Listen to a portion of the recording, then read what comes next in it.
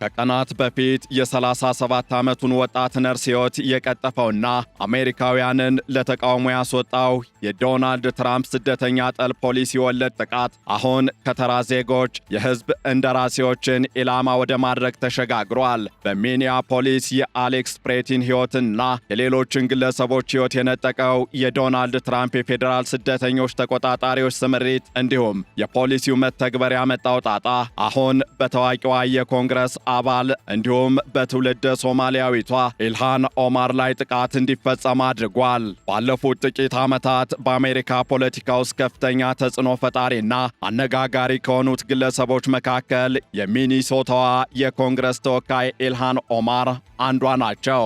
ሶማሊያዊ ስደተኛ ሆና ወደ አሜሪካ በመግባት በታሪክ የመጀመሪያዋ ሶማሌ አሜሪካዊና የመጀመሪያዋ አፍሪካዊት በኮንግረስ አባልነት የተመረጠች ግለሰብ ብትሆንም በዚያው ልክ የአክራሪ ቀኝ ዘመን ፖለቲከኞችና የፕሬዝደንት ዶናልድ ትራምፕ ዋነኛ የጥቃት ኢላማ ሆና ቆይታለች። እንደ አውሮፓውያኑ የዘመን አቆጣጠር ጃንዋሪ 27 2026 ማለትም በትላንትናው ዕለት በሚኒሶታ ግዛት በሚገኝ አዳራሽ ስብሰባ በኢልሃን ኦማር ላይ የተሰነዘረው ያልታወቀ ፈሳሽ የመርጨት ጥቃት በአሜሪካ ፖለቲካ ውስጥ ያለውን የጥላቻ ንግግር፣ የፖለቲካ ዋልታረገጥነትና የዲሞክራሲያዊ ተቋማትን ደህንነት አደጋ ላይ የሚጥል ክስተት ሆኖ ተመዝግቧል። እናም በዕለቱ የኢትዮ ዴይሊ ዓለም አቀፍ የትንታኔ ዝግጅታችን በታዋቂዋ የኮንግረስ አባል ኢልሃን ኦማር ላይ የተፈጸመውን ጥቃት፣ የፖለቲካ ዳራውን እንዲሁም የፕሬዝደንት ዶናልድ ትራምፕን ሚናና የክስተቱን አንድምታ ልንመለከት ወደድን። ከዓለም አቀፍ የትንታኔ ዘገባ ዝግጅቱ ጋር ታሪኩ ጋሹ ነኝ።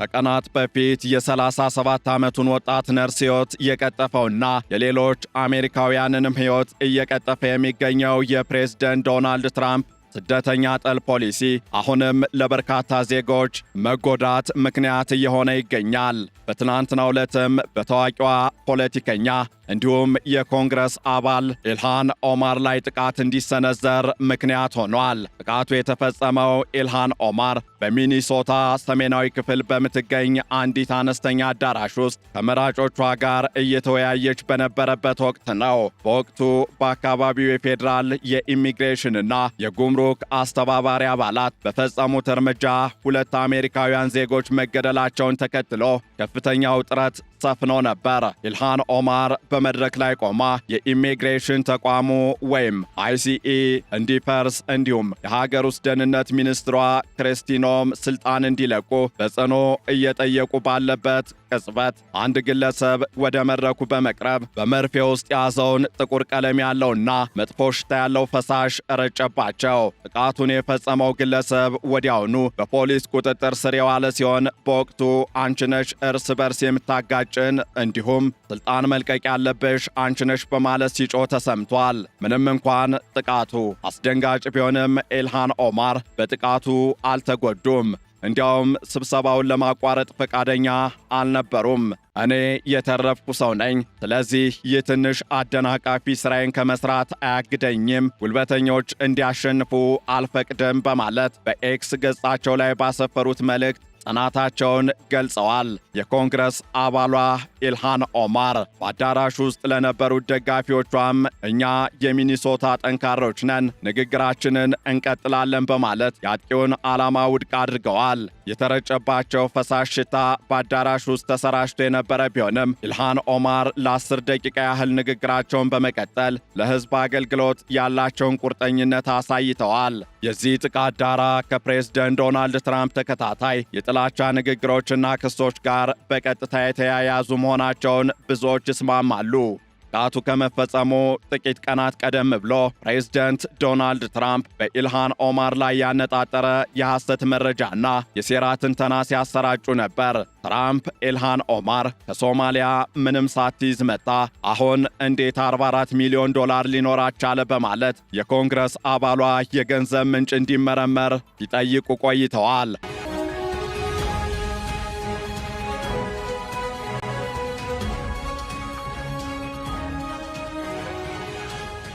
ኢልሃን ኦማር ይህንን ክስ የትራምፕ ድጋፍ እየተናደ ስለመጣ በውሸትና በሴራ ትንተና ትኩረት ለማስቀየር የሚደረግ ሙከራ ሲሉ አጣጥለውታል። ትራምፕ ኦማርን ጽንፈኛ፣ የግራ ዘመም እብድ ወይም ራዲካል ሌፍት ሉናቲክ እንዲሁም ቆሻሻ በማለት መጥራታቸው በደጋፊዎቻቸው ዘንድ በኮንግረስ አባሏ ላይ የጥላቻ ስሜት እንዲቀሰቀስ ማድረጉ አይካድም። ለዚህ ጥቃት የአሜሪካ ፖለቲከኞች የሰጡት ምላሽ እንደተለመደው በሁለት ጎራ የተከፈለ ቢሆንም የጥቃት እርምጃው ግን በብዙዎች ተኮንኗል። የሚኒሶታው ገዢ ቲም ዋልዝ ግዛታቸው ባለፈው ዓመት በፖለቲካዊ ግጭቶች መታመሷን ገልጸው የሀገራችን መሪዎች የሚጠቀሙት ጨካኝ፣ አነሳሽና ሰብአዊነት የሚያሳጣ ንግግር በአስቸኳይ መቆም አለበት ብለዋል። በሌላ በኩል እንደ አሌክሳንድሪያ አክሳሲዮ ኮርቴዝ ያሉ የኢልሃን ኦማር የቅርብ የፖለቲካ አጋሮች ጥቃቱ የትራምፕና የምክትል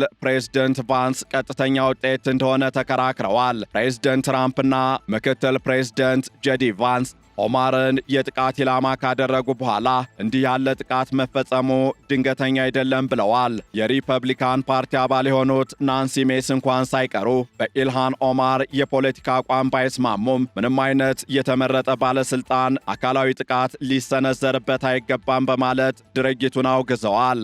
ፕሬዝደንት ዶናልድ ትራምፕ በእርግጥ በኢልሃን ኦማር ላይ ከዚህ በፊትም ማንነት ተኮር የቃላት ዛቻዎችን እንዲሁም ትንኮሳዎችን ሲፈጽሙ መቆየታቸው ይታወሳል።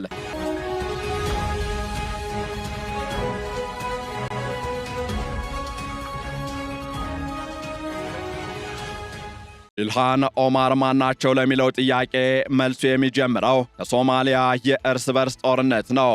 ኢልሃን በልጅነታቸው ከቤተሰቦቻቸው ጋር ከጦርነት ቀጠና አምልጠው በኬንያ የስደተኞች ካምፕ ለ4 ዓመታት ያሳለፉ ሲሆን በ12 ዓመታቸው ወደ አሜሪካ ገብተዋል። እንደ አውሮፓውያኑ የዘመን አቆጣጠር በ2000 የአሜሪካ ዜግነት ያገኙት ኢልሃን ኦማር በ2018 በሚኒሶታ ግዛት 5ኛ ምርጫ ክልል ተወዳድረው በማሸነፍ በኮንግረሱ ታሪክ ታላቅ ስኬት አስመዝግበዋል። ሆኖም የእርሳቸው ስኬት ለብዙ ቀኝ ዘመሞች የማይዋጥ ሆኖ ቆይቷል። በተለይም በኢሚግሬሽን፣ በጤናና በውጭ ጉዳይ ፖሊሲ ላይ የሚያራምዱት አቋም ከፍተኛ ትችት ያስከትልባቸዋል። ፕሬዝደንት ትራምፕ በበኩላቸው የእርሳቸውን ዜግነትና ታማኝነት ደጋግመው ጥያቄው ሲከቱ ቆይተዋል። ይህ ጥቃት ስለ ትራምፕ አስተዳደርና ስለ አሜሪካ ዲሞክራሲ ወቅታዊ ሁኔታ ብዙ የሚናገረው ነገር አለ።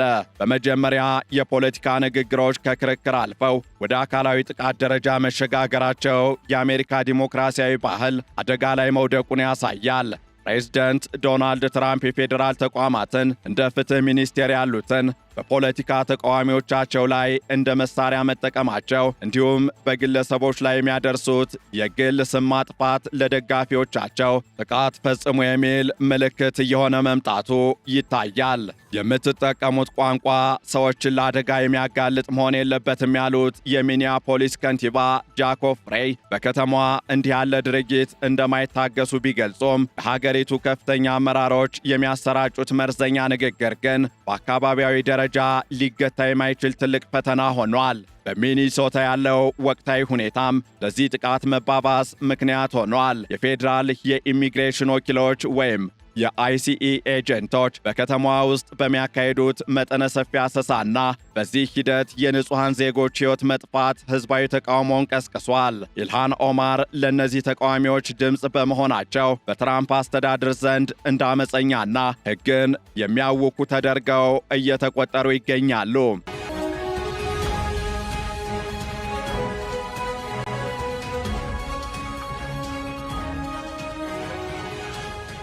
ትራምፕ በሚኒሶታ ያለው ተቃውሞ በኢልሃን ኦማርና መሰል ፖለቲከኞች የሚመራ እንደሆነ በመግለጽ የፌዴራል ኃይልን ወደ ግዛቲቱ በመላክ የጡንቻ ማሳያ እያደረጉ ይገኛሉ። ይህ ደግሞ በፌዴራል መንግስትና በግዛቶች ባለስልጣናት መካከል ያለውን ግንኙነት እያሻከረው ይገኛል። እናም በኢልሃን ኦማር ላይ የተፈጸመው ጥቃት የግለሰብ ጥቃት ብቻ ሳይሆን በአሜሪካ ዲሞክራሲ ውስጥ እየሰረጸ የመጣው የፖለቲካ ጽንፈኝነት ውጤት ነው። ኢልሃን ኦማር ጥቃቱን ተቋቁሞ አቁመው ስራቸውን ለመቀጠል መወሰናቸው የጽናታቸው ማሳያ ቢሆንም የፖለቲካ መሪዎች ንግግራቸውን ካልቀየሩና ለተቋማዊ ደህንነት ትኩረት ካልተሰጠ መሰል ጥቃቶች ሊደጋገሙ እንደሚችሉ ያመለክታል። የጥቃቱ አድራጊ ግለሰብ እርስ በርስ እያጋጨሽ ነው ያለው ፕሬዝደንት ዶናልድ ትራምፕ በኢልሃን ኦማር ላይ ሲሰነዝሩት የነበረው ክስ ነጸብራቅ መሆኑን በርካቶች በማስረጃነት እያነሱት ይገኛሉ። በሌላ በኩል ደግሞ የጥቃቱ ሰለባ የሆኑት ኢልሃን ኦማር ለደጋፊዎቻቸው ያስተላለፉት መልእክት ግን የትኛውንም መሰናክል ለማለፍ ያላቸውን ቁርጠኝነት የሚያሳይ ተደርጎ ተወስዷል። የጦርነት ቀጠናን ተርፌ የመጣው ሰው ነኝ። ስለዚህ እነዚህ ሰዎች ሊወረውሩብኝ የሚችሉት ማንኛውም ዛቻና ማስፈራሪያን እቋቋማለሁ በማለት ያሳዩት ድፍረት ለብዙ ተከታዮቻቸው ተስፋን የሚሰጥ ነው። ይሁን እንጂ በአሜሪካ ፖለቲካ ውስጥ ያለው ጥላቻና ክፍፍል አሁንም እንደቀጠለ ሲሆን የ2026ቱ ምርጫ እየቀረበ በመጣ ቁጥር ውጥረቱ ሊባባስ እንደሚችል ስጋቶች አሉ። የአሜሪካ ዲሞክራሲ ከእንዲህ ያሉ የጥላቻ ንግግሮችና አካላዊ ጥቃቶች ራሱን እንዴት እንደሚከላከል የቀጣይ ጊዜያት ፈተና ሆኖ ይቀጥላል።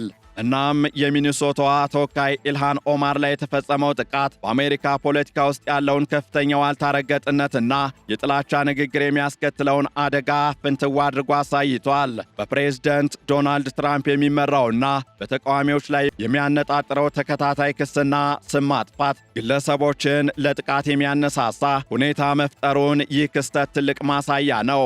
ኢልሃን ኦማር ጥቃቱን ተርፈው እኔ የተረፍኩ ሰው ነኝ በማለት ስራቸውን መቀጠል ላቸው የሚደነቅ ቢሆንም የአሜሪካ ፖለቲካ ግን ከጥላቻና ከኃይል እርምጃ ወጥቶ ወደ ሰላማዊ የሐሳብ ፍጭት የሚመለስበት መንገድ አሁንም ረዥም ጉዞ የሚጠይቅ ይመስላል። የዲሞክራሲ ተቋማትና የሕዝብ ተወካዮች ደህንነት መጠበቅ ያለበት በጸጥታ ኃይሎች ብቻ ሳይሆን በመሪዎች ኃላፊነት የተሞላበት ንግግር ጭምር መሆን እንዳለበት ይህ ክስተት ትልቅ ትምህርት ሰጥቷል። ይህንን ዓለም አቀፍ ትንታኔ ስናዘጋጅ ሲኤንኤን፣ ቢቢሲና አልጀዚራን በዋቢነት ተጠቅመናል።